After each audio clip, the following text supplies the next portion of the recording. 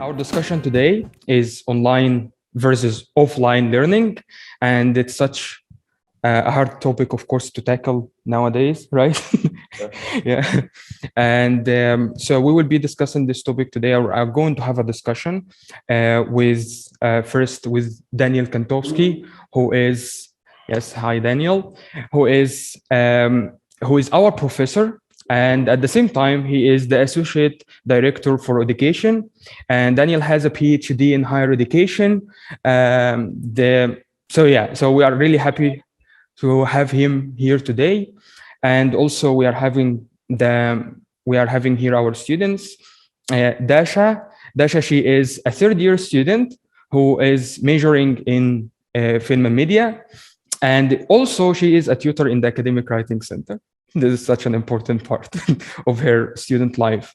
Also here we have Arsini, who is a third year student who is majoring in IT, information technology. Pleased to meet you. And occasionally, I'm also Academic Writing Center tutor as well. Yes, excellent. Yeah. So we will start our discussion first about, so it's a very hard topic to tackle right now, since we have been hit by COVID, and it's a relatable and very relevant question to everybody. And we have been studying also online for quite some time, and we are coming back offline very soon. From the beginning, okay, I would like just first to start with a very light question about, like, what did you feel first of all when we started having online classes? So let's start with Daniel on Zoom, since we would like to hear your voice, Daniel, because we miss you so much. You have been away for a long time already. So yeah. Yes, but how do I feel about online classes? No, when the COVID hit, and we just in a second converted to online education. What did you feel about? What kind of, I don't know, thoughts you had at this time? Yes, so back in March 2020, I think everyone was aware it might happen sooner or later. It wasn't a big surprise. So I think many of us felt a sense of relief that it is actually happening, and that we at least know what's going on. It was very difficult because we weren't prepared. I think most of the people around the world weren't really prepared, despite the fact that both the infrastructure and networks and methodological suggestions to teachers, all of that have been done by some people, but everyone thought, okay, online is something that you do on the side for certain groups of students. Occasionally, it's of a lower quality. It's not that as important, and it's perfectly fine to be a university who has no clue whatsoever how to do any of those things. And I think so the feeling back then in March was that we need to quickly come up with something that is good enough, that is not great, that is not perfect, but that is good enough to take us over until the end of the quarter back then. And then use the briefing space along the way to try to generate something else. So I think the first feeling was a relief. The second feeling was of new stress, and the third feeling was that I think everyone was really, really tired back at that time. Yeah. I mean, we knew that we cannot expect as much as we would like from either teachers or students or whatever, because there was this feeling that it's an emergency solution, and really the regular ways of solving that problem won't apply. Excellent. Yeah, that's actually the point about that.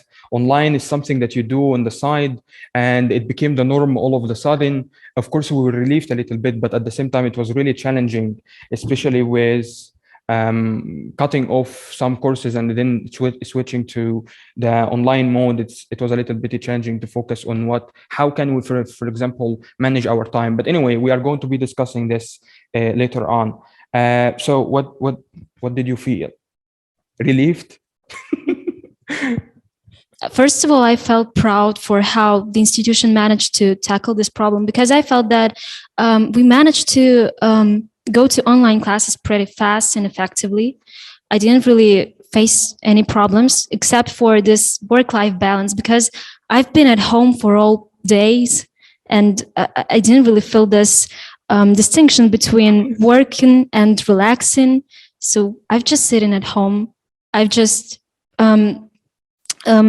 sitting in front of my laptop, looking at my professors, listen for the lectures, and then I had to do my homework. And when you have offline classes, it's a bit more relaxing, because you know that you're working at SAS in your institution, then you come home and you have the time for relaxing a bit. Yeah. Well, personally, I was very much relieved when the online classes started, and I didn't have any problem with spending most of my time at home, since I was pretty habitual to that lifestyle. Also, for me, I would not agree that the distinction between offline studying and online studying somehow disrupts my work-life balance, since, well, I study at SAS, I go for my lectures, for my seminars, I return to the dormitory or to my home, and I study again. So there's no like really much distinction from where I am working. I'm still working at both of the places, and so the switch to the online learning was not really that challenging for me as a student. I think it was quite challenging for the professors, since back at the time it was not really easy to figure all of that out. But as a student, I was very comfortable going for online learning, especially when it dealt with all of that new unknown disease panic. Mm-hmm. So I was okay with that. Yeah, I remember actually when we switched it to online. I agree here with Dasha. Partially, it's just because this thin line between what I'm doing in my free time and what I'm doing, or what the time I'm dedicating for the study, it just simply faded away, and it turned out that I am just in constant I don't know, mode of working, of studying, of doing many things at the same time. And I'm really not. And this is really important part here that of course we should tackle. And I'm not sure about professors. I know that Daniel, for example, you were teaching back at this time, and then it's taught again later. Again, you were teaching in hybrid mode. Right? No, all right. We were studying in hybrid mode, and but again, you were teaching back at this time when actually everything is changing to online. So how was different the preparation for the class for you? Well, to be quite honest, in the course I was teaching back then, there were already some online guests coming to us. So in some senses, it was actually easier to do it online. Hopefully, we were already, I think, 6 weeks into the quarter. We were almost done. Mm-hmm. So it wasn't that we suddenly have to restructure the assignments and everything over there. I didn't really feel technical difficulties of teaching. I think they were mostly kind of social. How do I arrange my space? What's permitted? What's not permitted? What you can expect people to do or not? I think there were a lot of such considerations. There was no practice. I mean, people were still not grounded in where do they feel comfortable, because there is no kind of universal approach of how you teach those classes and what do you expect, right? Mm-hmm. For example, right now I'm talking mostly to black boxes plus you on the video. Mm-hmm. And I feel strange. I feel observed. I feel tired. I feel, anxious because of this type of interaction. And I know some people don't. I mean, some people are all right with that. I am not all right. But you need to draw your lines somewhere. So I think in many ways I would like to problematize the idea that there was one kind of a switch, and during that switch people struggled, and after that problems were resolved. Mm-hmm. When you look, for example, at our online classes right now, not late, still this week, I keep hearing that somebody has a bad connection, somebody didn't know how to use, I don't know, Microsoft Teams. I don't blame them. So, there are many things that are just much more complicated than that. Yeah. But actually, yeah, I see right now. The thing is that, but also about this preparation, I mean, it felt a little bit weird preparing for a class online because the time was a little bit stretched. For example, if I was waking up for a class at 9 a.m., for example, usually I wake up for such classes. I wake up at 7 because I know that I'm going to take a long ride. So I am a little bit prepared for that. I'm ready for that. But right now I feel like the time is stretched. I feel a little bit like, I'm not saying that I'm relaxed, but I feel like there is this room of procrastination a little bit, I don't know, widened maybe. So I don't know about you guys, about preparing for classes and all of this. Well, I can speak for myself as an IT student. Well, in my opinion, first of all, online classes do not really differ that much from offline classes still, because most of the time we're just sitting in front of the computer and figuring stuff through the applications. Another plus of the online learning is that specifically I don't have to take this long ride towards the university. I don't have to wake up as early as I need it.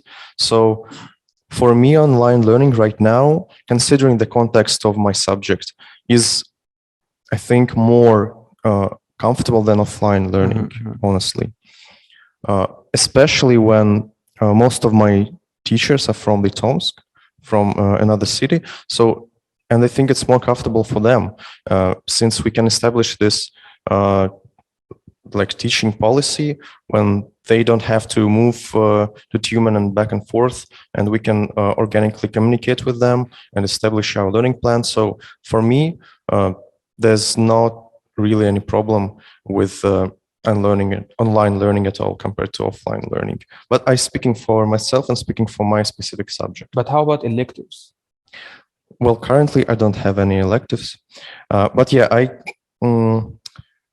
think that like we can discuss this question a bit later in the discussion. Yeah, sure. But how about that? I hate online classes, and I hated them back then. I hate them still. Especially, I hate preparing for the presentations because I know that I will speak to the laptop, not to real people. I need this audience engagement so badly. And this is why I hate these online presentations, especially when everybody else turned their cameras off and I'm sitting here like, okay, I hope someone hears me well.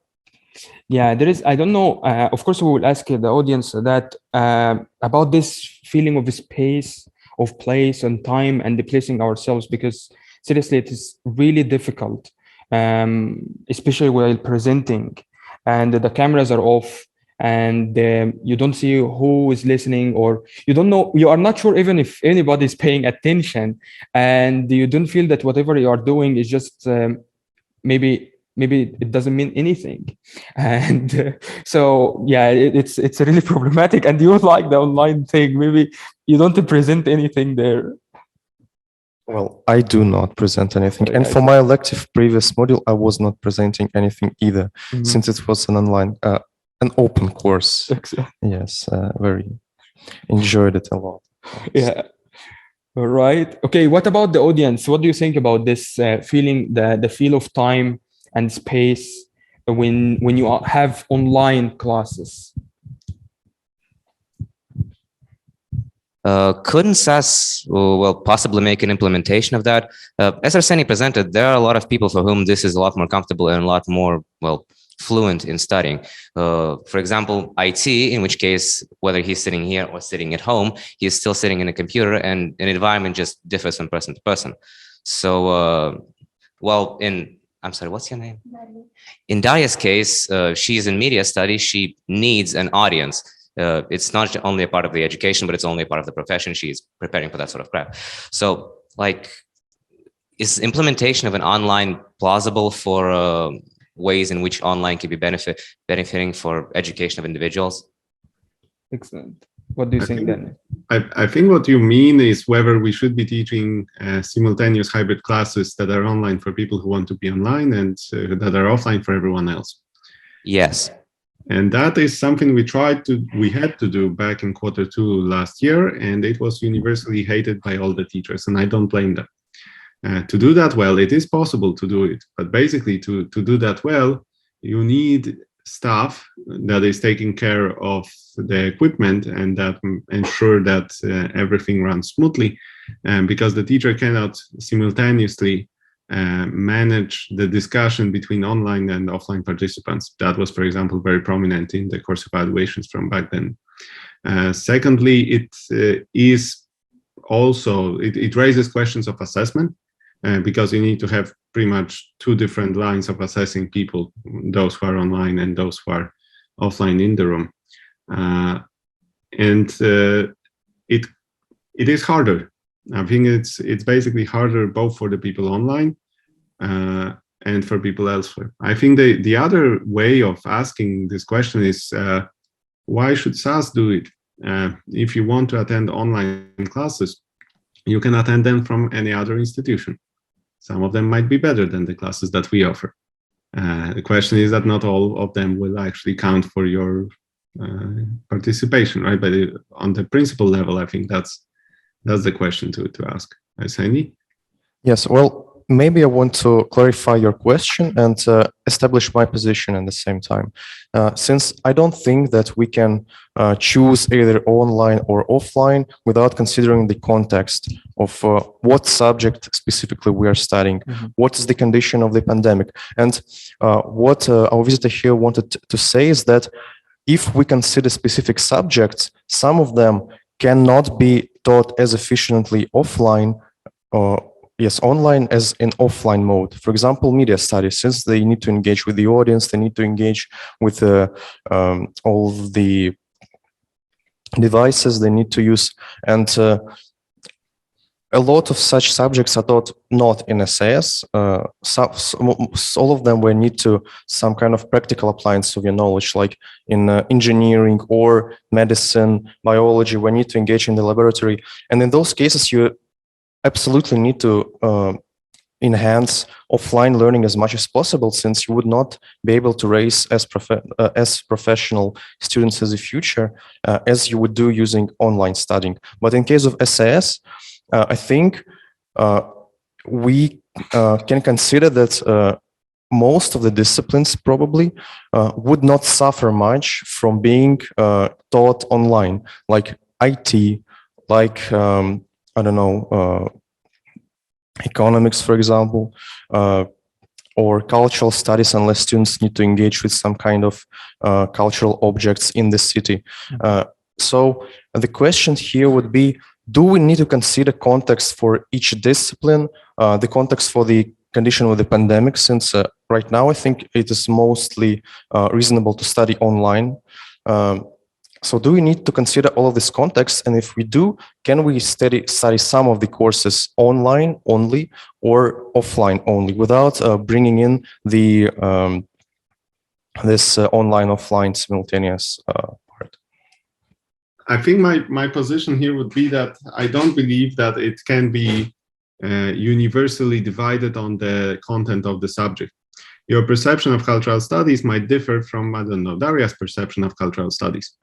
So it's not the subject matter that you have in mind, it is your personal preferences, teachers' personal preferences, what's possible, what's not possible, infrastructural limitations, and so far and so forth. So there are multiple variables that you have to play over that. And I think, honestly, there is just no way to do it in a way that everyone's happy. I think there will always be people who are dissatisfied with whatever decision is being made. And that's a problem in education. It's not an uncommon problem that whenever you make any kind of policy decision, there will be good reasons to take another decision. And I'm not invalidating them. In our case, since SAS classes are small and they are supposed to be interactive, we believe that it is almost impossible to run really interactive classes online. And therefore we have been following, we were doing offline as much as we can. The question obviously is whether we have a problem with online, offline, or do we have a problem with quality of education?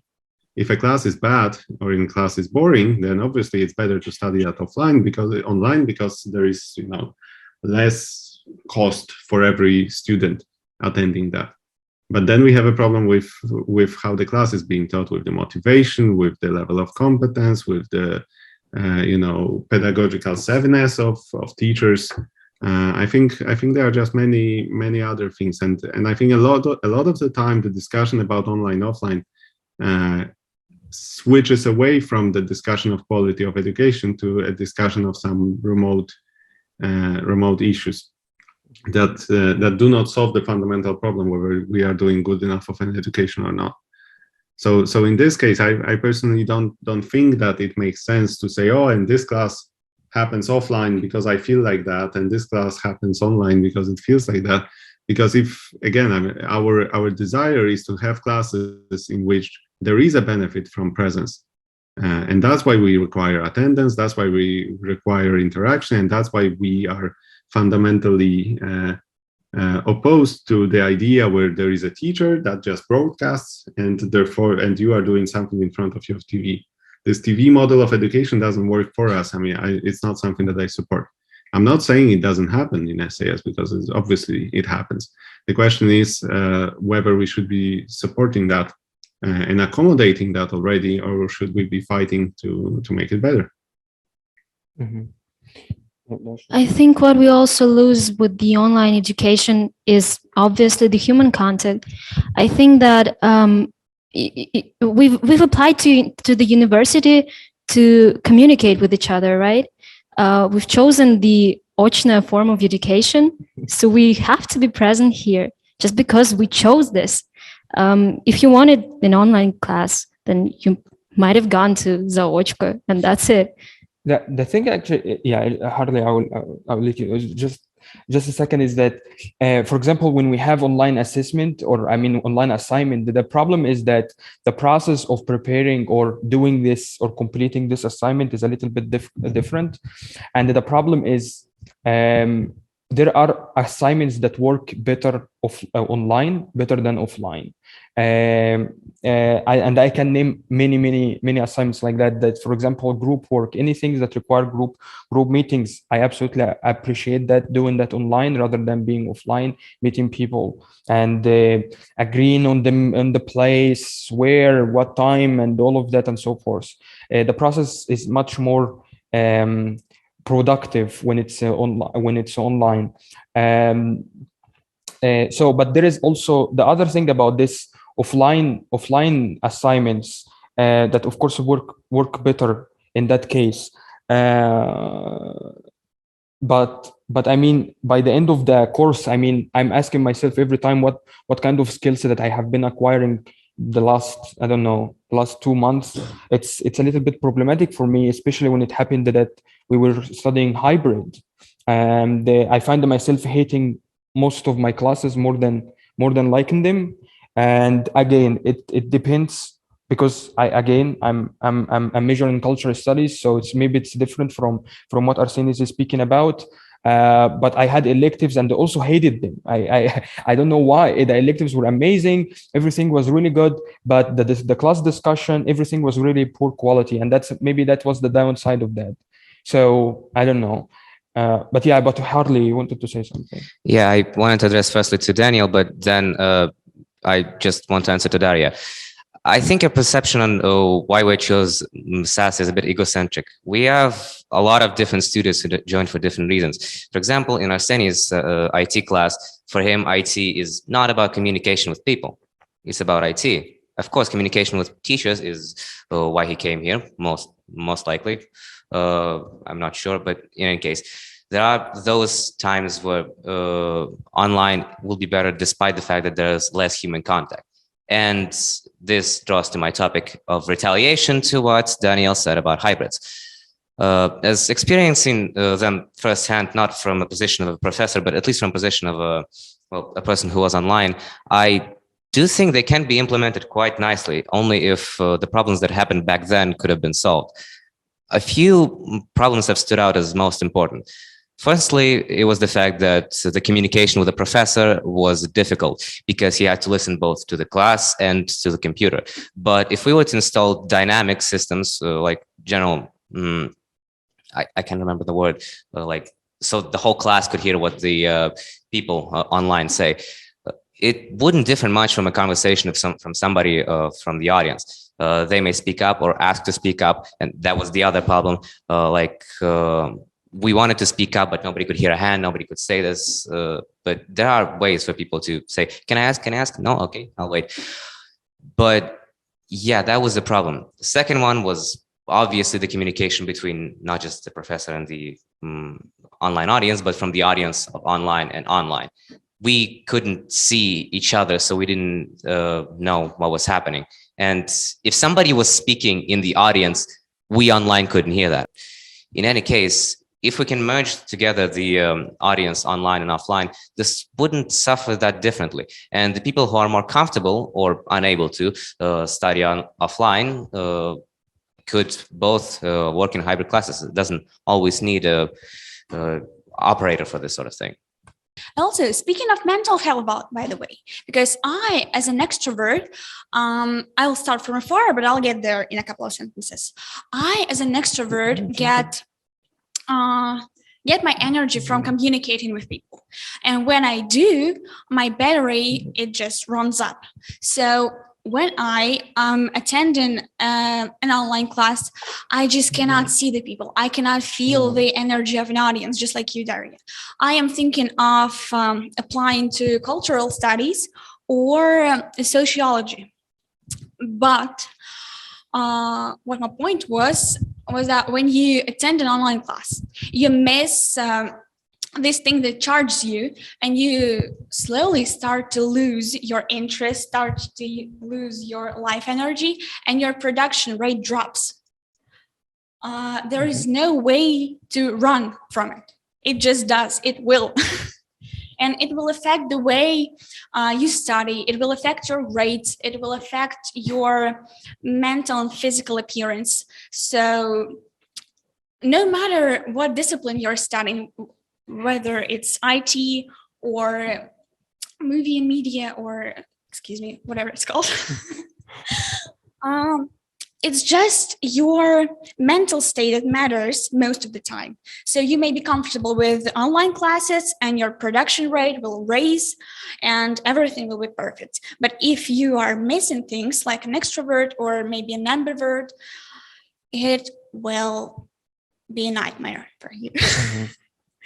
I have experienced it for like past a year and a half. And I, as a high school student still, was so happy to hear that we are attending offline classes since this Monday, I guess. Mm-hmm.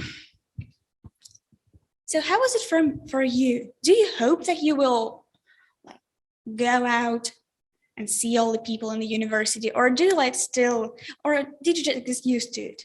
Did you just get used to it? All right, but before we answer your question, I think also Daniel needs to actually address Harley's points, right? About solving the hybrid mode, about that the technology, for example, can help us solve this issue of communication between the teacher and the people in the audience, whether they would like to attend offline or be simply in the room. And we will have dynamic speakers and everything will be all right. So that was Harley's point, Daniel. What do you? And he was actually addressing it to you. Yeah. I'm just thinking that, of course, technology can help us to some extent. And I think, we are not making use of technology that is available for the past 15, 20 years. Mm-hmm. We are not doing that. We don't have classrooms that are prepared for that, so that you can share your presentation on both screens, so that you have a camera or two cameras across the room, that you have microphones that actually work, and that you have dynamic speakers, that you have all sorts of things that allow to make hybrid classes. I mean, it's possible. It's expensive. It's difficult. It requires training of the staff because they don't know how to do that. But in principle, yes, it can be done. But I think even the fact that it can be done doesn't mean that it should be done or that it is more worth than something else, because you need to compare the cost of doing that to the cost of doing something else. And even then, even if you offer that as a hybrid opportunity and everyone chooses whatever they do, eventually you will still have the same problem that various people have different preferences. Would it be all right, for example, to have a hybrid class where the teacher is not present? Because the teacher prefers to teach online, but some of the students prefer to be in an offline class. Should we give a teacher a choice? Or should it not be like that? So I think, it's one of those situations where we think that having more choice is better for everybody, but eventually at some point, increasing the amount of choice for different people requires a huge investment of resources. It's not even organizational resource of tell people where to come and what to do, but really I think it's illusory to think that you can resolve the problem once and for all, that simply by giving people choice everyone will be happy. I think then everyone will be maybe equally unhappy. Maybe that's more fair as a result, but I think eventually as an institution you need to make a decision about what do you value. And if you value human interaction, you teach offline. If you value giving people choices, you teach hybrid. If you value, I don't know, seamless delivery and limiting the effort that is real to come to offline classes, you teach online. And I think, very soon we will see universities going through one of those three pathways. They will be making their own decisions. They will be competing between each other on a completely different playing field. Because a university that goes online with quality classes will obviously start attracting people who prefer online from offline universities.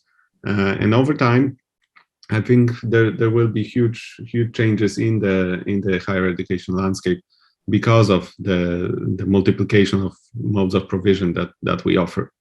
And at the same time, universities that made a bad choice, or universities that made a choice but cannot deliver on that with quality, will be penalized by people choosing them, and they will decrease in reputation or so on. So, I don't know. It's a question whether we treat. I think eventually it's a question whether we treat higher education as a place of encounter or not. Because I don't believe you can have a meaningful encounter online. But you don't necessarily have to believe that this is a purpose of a university. You can think it's not that relevant for myself, or for my field, or for our way of interaction. And one of the things also that I would like to turn to your point. What is your name? Sorry. Sophie. Sophia, right? Excellent. So what Sophia was talking about here about the mental health status and in classroom, whether you are coming back to human interaction and so on and all of that.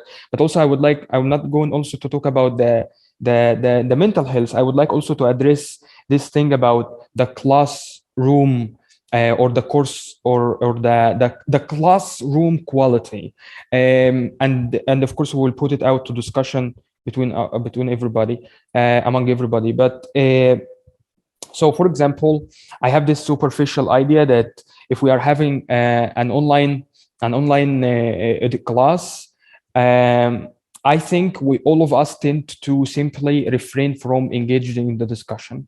I know, for example, that some classes do not require that, do not require to be interactive. But I remember when we had, for example, moral reasoning, and it was really, really difficult having a discussion with anybody except the teacher, because we were sitting, me and him, in the room. We were discussing most of the things, and the rest of the class are not engaging, and simply because they don't feel that they are in class. So this was in the hybrid way, right? The online mode at the same time. Also, if there is any person is going to discuss anything with the professor, it might be one or two students, and that's the end of it. But while we are having the class offline, the teacher can integrate some sort of exercises, some interactive activities, and then all of the class will be engaged. Online, it works once the teacher sends us to a breakout room via using Zoom, and then we start to speak, all of us, and here there is some sort of interaction with all of us. But compared to what is happening on the ground once we come back to the classroom, it is really completely difficult, because most of the time one person in group is turning on the camera, the others are not. So I'm not talking to one person, I'm just talking to, sometimes I'm talking to myself, sometimes the student talking to themselves, because I don't feel like talking right now. So so you see here this what I'm trying to say is that there is this range, or the range of refraining from doing anything that was supposed to boost the classroom quality is increasing once we go online, and decreasing once we go offline. And that of course affects me in class, of course, because the peer learning is very important thing to happen. So I'm really not sure about what is how it's happening in other classes, and that's why, for example, you, Dasha, for example, studying in film and media major, and you have got a lot of actually projects to work on, and these projects do not happen individually, just simply you cannot simply complete them individually, but you need to do them also with other people. So you have experienced both modes, you have experienced hybrid mode. So this idea of refraining from doing the thing, from getting away from the discussion, or even being forced to be into it, how do you find it? I would say that the classroom presence, meaning physically in class, demands more from students, demands better preparation, and this is why you have to do it, and you have a better discipline in this way. And another thing with the media studies, the film media studies, is that we usually watch some sequences from the films, and when we have this online, we have small screens, we cannot really hear the sound pretty well, whereas the sound is one of the most important things in the films. That's why I hate this online classes. I mean, yeah, maybe this is the question of every single class. For IT students, it might not be such a problem. But yeah, I feel that I'm more disciplined when I'm present physically in class. But maybe this is the question of my own discipline. Completely, as it's a question of self-discipline, of self-motivation, because not all of us actually do have the energy or a desire to self-motivate. So when you come to class physically, you kind of feel like you have to do it. You kind of feel like you have no choice. So if you already don't have a choice, why don't you do it with a better quality, with a passion, or with a desire where no matter if it's a desire to do better or it's a desire to live quickly. So nobody has questions for you.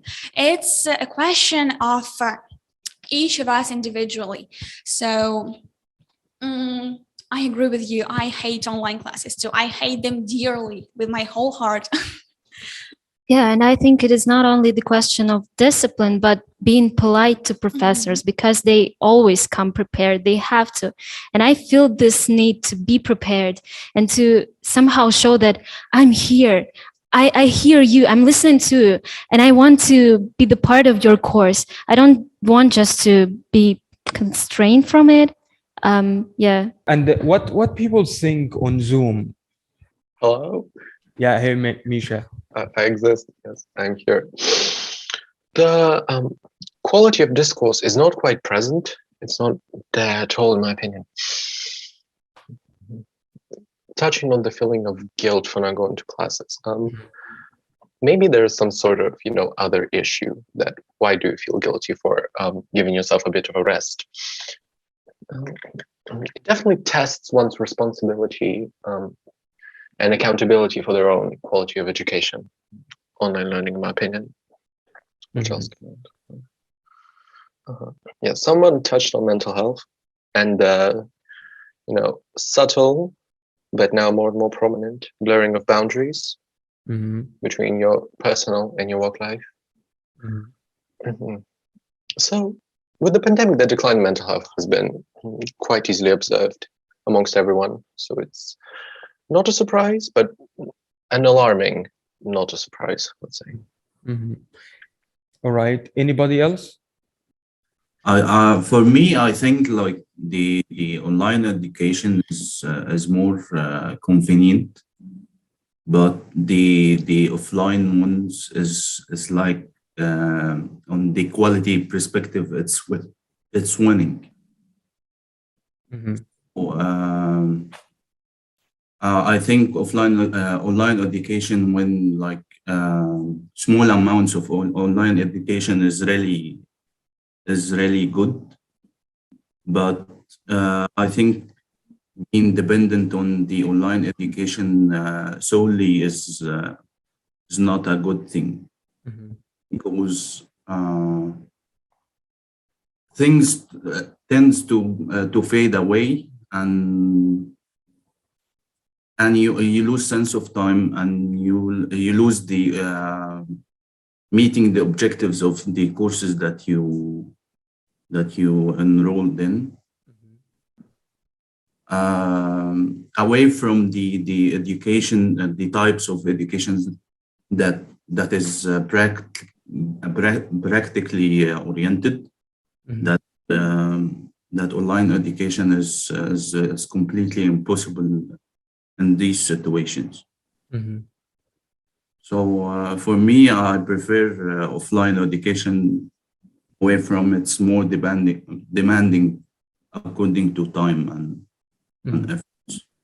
I would say that the problem of online education is that you can't even the interaction is not the same. The interaction, because I'm speaking from my experience, I take online classes, I take math online classes, and I used to take the math classes offline, and it's just due to my time. I just have no time to drive on another spot of the city, and just because I've got another things to do. That's why I'm doing online classes now. But when I used to do my math classes offline, it was more effective, I would say, because my tutor, she could see what I'm writing, she could see my mistakes, and she could control me. And this is at some point, there are many things with when the tutor is noticing your mistakes, your brain just simply memorizes it, and so you will not make the same mistake in the future. I'm just these little details that I willing to empathize, speaking of offline and online education. And also the guilt was mentioned. Yes, I feel like you don't feel as much responsibility as you feel while you're studying offline, because I there was a numerous times when I overslept simply my online classes, and it's just because the schedule is a mess. You're home is the safest place for you, and you don't feel motivated. Just you can stay in bed all day and study in bed, but your brain associates bed with relaxation. It's just all of these things. So I feel like during this century of technologies, also taking away the opportunity from studying, being present with people who are interested in the same topic and discussing it with everyone. As you mentioned, film and media, I'm also interested in that direction. So yeah, discussing everything and seeing each other's eyes, paying attention, that's what matters when it comes to education. Mhm. Actually, it hit me right now is that so I remembered about that there is a university that it's called the University of People, that it's functioning only online, right? And they are offering degrees in education, health science, IT, and yeah. So but of course you need to pay for that education, right? they had a they had the director of this university has a very famous TED talk online. Of course, you can watch it later. But anyway, but I remember that the thing is that there is no issues with the classroom quality, and here it comes is that when there is the student makes the conscious decision of choosing an online mode of education, you will find these self-motivated individuals who are sitting, the same people are with you, so there is no problem here at all, right? So at all, they are all finding it fine. They are all finding everything is amazing. They are contributing. They are doing everything. And I don't know. I haven't experienced that. So yeah, but here, my point here, or even question, or all of that is maybe to Daniel here, is that how does it differ the learning outcomes that if you have again self-motivated students who are sitting in classroom offline and you have a self-motivated students online, the learning outcomes are they different, or how is that even, how can we compare both kinds of students, both kinds of graduates? Because then later these two people are going to be competing in the job market. So yeah, what is the difference here between in terms of learning outcomes and later on after graduation? Again, I think the question of learning outcomes depends on how good this class is. Excellent. And whether it's done online or offline. We are teaching some of the classes that I'm very fond of that are taught completely online. Mm-hmm. And I think we couldn't offer them to our students offline. So we offered them online, but somehow I don't feel bad about it because they are good classes. And I think, well, this is delivering the type of learning outcomes we want. But I think and you know, at the same time, you can think, oh, if it's a bad class, it will be bad online as well as offline. You won't make miracles out of that. I think there is a problem with online interaction more generally. So it's not just students, it's also teachers that feel disconnected, that go to their browsers and start doing something else when they are teaching. I mean, they lose track of what's happening. They get distracted. It's just a fact of life. You can do something about that to some extent, but I think eventually those learning outcomes will not depend directly on the mode of interaction. Of course, it partially depends on what's happening in the class. What type of assessment do you do? How much do you have to work with other people? How much do you depend on other ones? Because I think it's fair to say that online learning tends to be a solitary enterprise. So we do it, and we ourselves can be fine, but we don't build networks to other people who are doing that along us as a box somewhere on the computer or, you know, sitting somewhere else.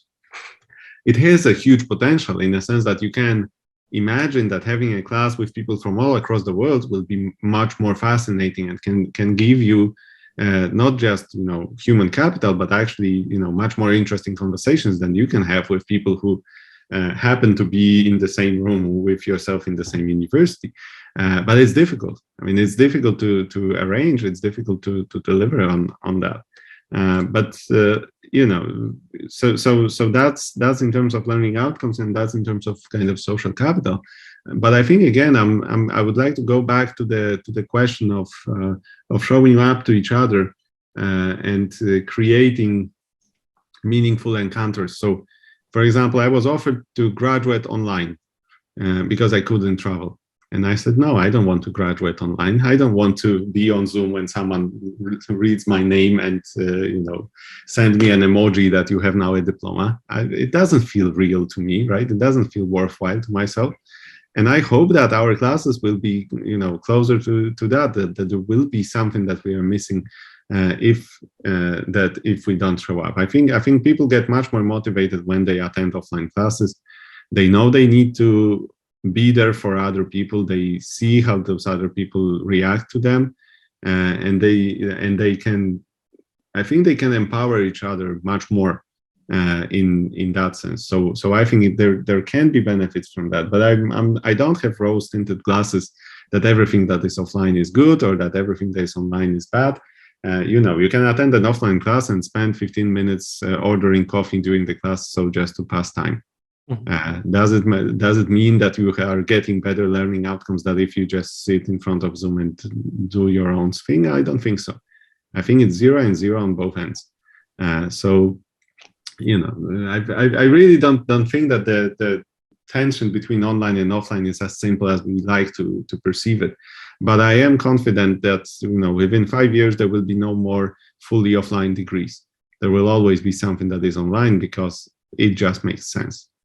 So speaking of the combination of online and offline classes, I think it's actually the best way we can develop our education system, because there is no white or there is no black. There is always something in between. And the perfect world just simply does not exist. No one can be fully satisfied with the offline classes. No one can be fully satisfied with online classes. So the best we can do is choose something in between that will satisfy both teams, if you could say so.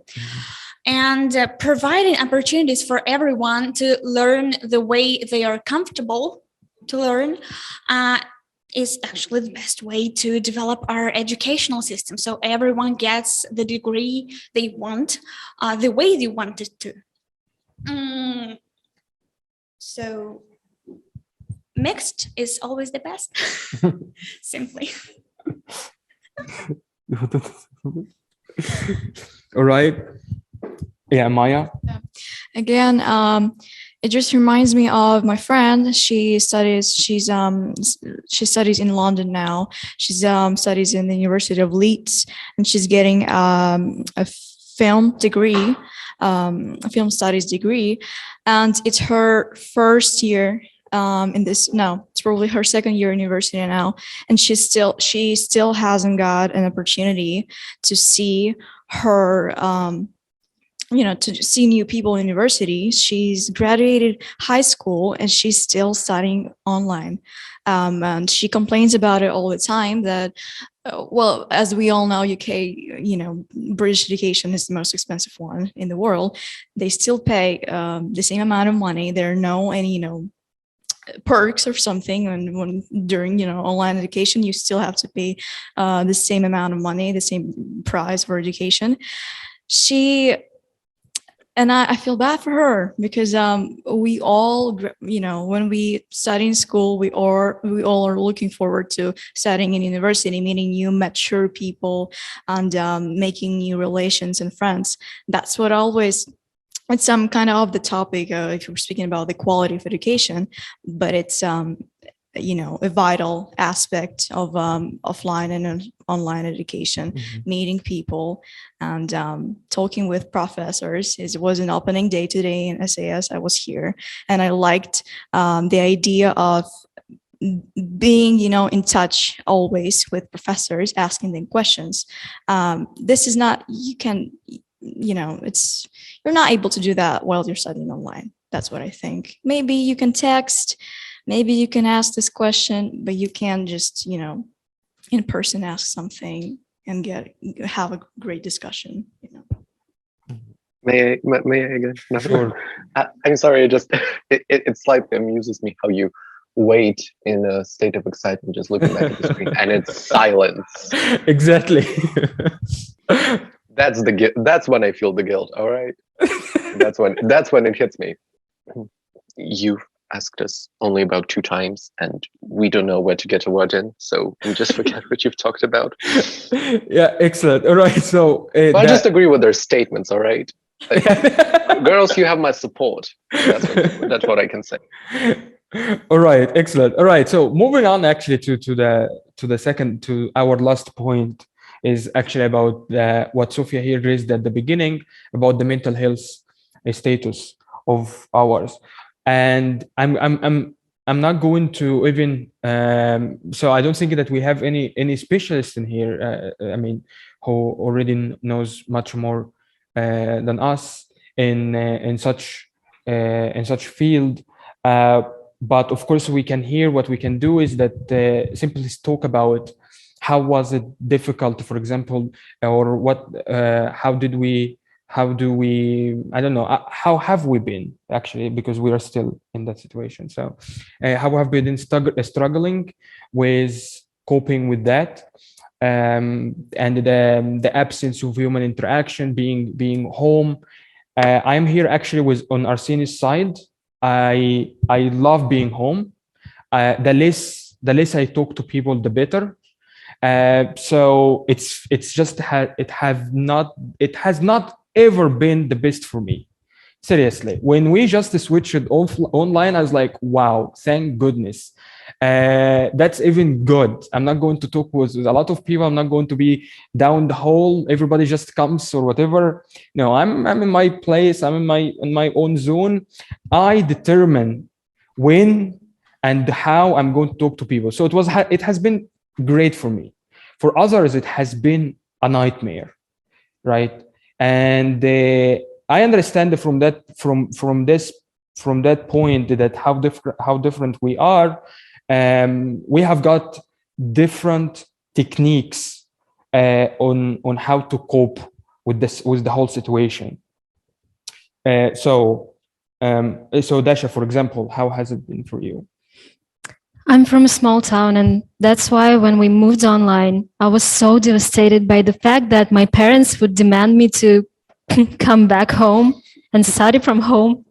And I wanted to stay in the dormitory, and we quarreled every day. I didn't really experience any mental health issues. I mean, I was a bit disappointed. I was a bit devastated by the fact that we have this pandemic situation. I have relationships to maintain. I have my own problems. And I'm not talking here about the studying issues, meaning that I'm overwhelmed by studies, but I have just my own personal problems. And that's the thing that affected me mostly. How about you? Yes, I would agree with Dasha on that part, since it's completely individual for each of the students. So someone does not really build any connections with the students within the university. So switching to online wouldn't be much of the problem to them. Either they were communicating with their friends from high school, for example, and they continue to communicate with them onwards, or they are mostly sociophobic and they spend most of the time at home. I think it's like, even if I tell you my own situation, it wouldn't be really fruitful for the discussion, since I would just tell you my personal view. And I think here everyone would have their own position, which should not be extrapolated for the general discussion. So I would refrain from telling you how I felt, but so yeah, that's what I say. How has it been for you, Daniel? Well, it depends where I am. Actually, yeah. Mental health is very much, if you are teaching online, it very much depends on the conditions in which you currently live and whether you feel they're at home. For example, when we started teaching online March 2020, the only place I could have put my computer at home, because I couldn't attend the building suddenly, was in my kitchen. With all the red lights and with all the other joyful components over there, right? It was fun for a moment, but it was also very depressing, and it was difficult to hide that fact. And you have to do that for two months or something like that. And at the same time, a lot of teachers have, their own study. For example, right now I'm on, some kind of attic at a home. It's quiet, it's light, it's not depressing at all. And I don't feel that such a big problem with that right now. But I would like to just mention that the idea of a mental health pandemic, especially among the college-age students, is older than the pandemic itself. So there were significant problems with mental health for the students before. And I think the situation was only exacerbated. what I think is not being taught enough is how it affects professors. And this, not even the fact that, okay, we teach online, but the fact that the uncertainty, especially when they plan for something, they invest their energy into that, but then they have to switch, or then they have to go back, or they don't know what they are going to do in a week, which keeps happening in our university as well. I think everyone is by now pissed. Everyone's tired. Everyone don't feel that they had proper holidays. And I think because of this situation, even simple things become much more complicated. And there is, I don't feel there is a real resource of energy to invest into, hey, let's do something new, let's do something together, let's create some programs, let's sign extracurriculars. Everyone is just tired. And some of the people are worse. And I think we need to realize that as a state of fact, and eventually I think that will affect the staff as well. I think that pretty much everyone in higher education, because of the fact that it wasn't just moved online and for the last year and a half, it just operates online according to some predictable matters, everyone is more or less on the verge, at least if they don't have pets. Maybe that's the difference. Sophia? I think we could have all lasted longer if not for the global panic of, oh my God, we are all gonna die. COVID is the second plague. We have like 2 months left to live. Why do we need to study? Or why do we need to teach? Or why do we need to do anything? And this panic actually took a lot of energy from everyone. So we wasted it and now we don't have it anymore. So all we can do is just complain to each other until it doesn't make sense anymore and we all feel equally bad for each other. But if not for the global panic, I think we would be not all right, but like 50-50 kind of thing. I'm not saying everyone's in a bad mood now, because they are not. We all have a life going on. We all have relationships to maintain, as Dasha has said before. But there is just this constant feeling of anxiety in everyone I talk to and everyone I am. I forgot the word. I am familiar with. So everyone's facing problems now, but it's not fatal. Life's going on. We should maintain it until the COVID's over and we will all be happy again. Right. Anybody on Zoom before we go to Maya?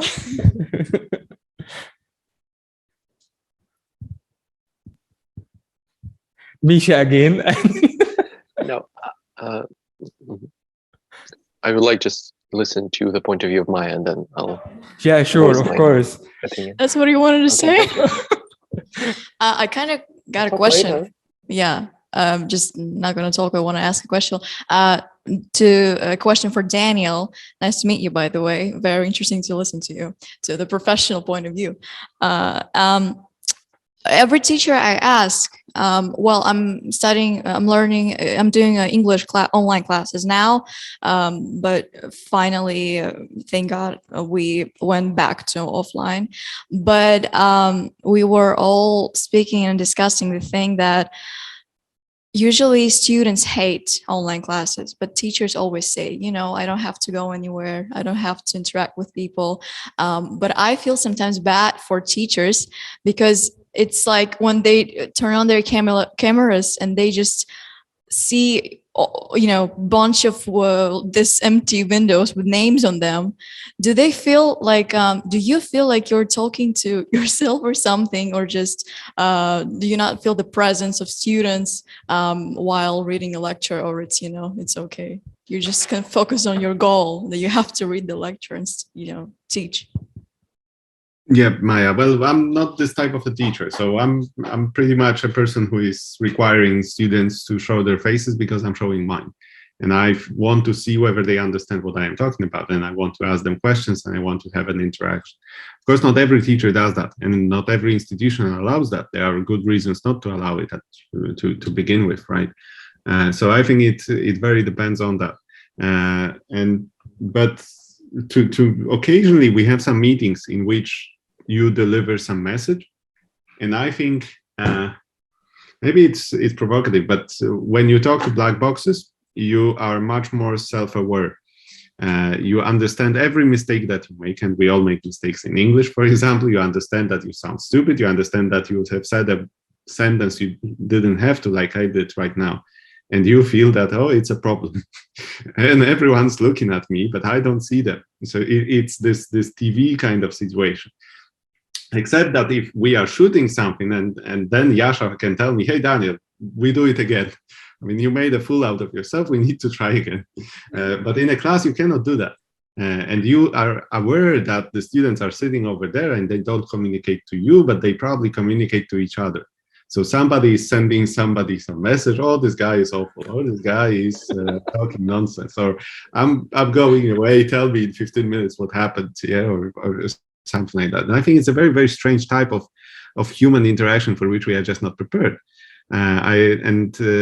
So you know, when we do TV teaching, we expect TV quality, and we feel bad whenever we deviate from that. And it's obviously impossible to just out of the blue deliver 90 minutes great lectures to everyone, you know, 3 times a week or 6. It just doesn't happen, never happens.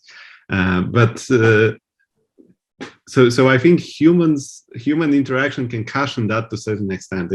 It helps us feel that it's, you know, as imperfect as any other human interaction. And when you see that people smile, I don't know how often people smile on Zoom. Very rarely.